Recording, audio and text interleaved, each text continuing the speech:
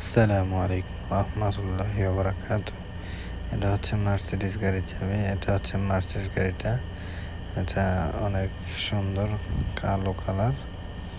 এটা আজকের ডিটেলস জানাবো আপনাদেরকে।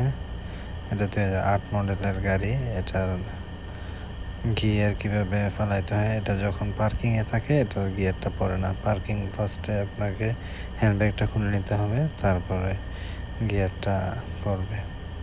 এটা গিয়ারটা খুবই ইজি, এই যে এখানে দেখতে পাচ্ছেন গিয়ারটা।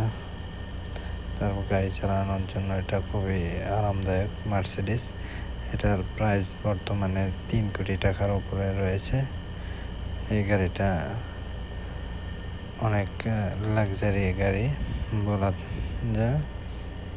এটার ইঞ্জিনটা অনেক বড়, 8 সিলিন্ডারের গাড়ি এবং রাস্তায় চলার জন্য অনেক স্মুথ এবং ডেকোরটা অনেক লাক্সারিয়াস ইনসাইড, এবং চেয়ার বসার সিটগুলো অনেক ফ্লেক্সিবল হয়, যার কারণে এটা অনেক দামি গাড়ির মধ্যে একটি।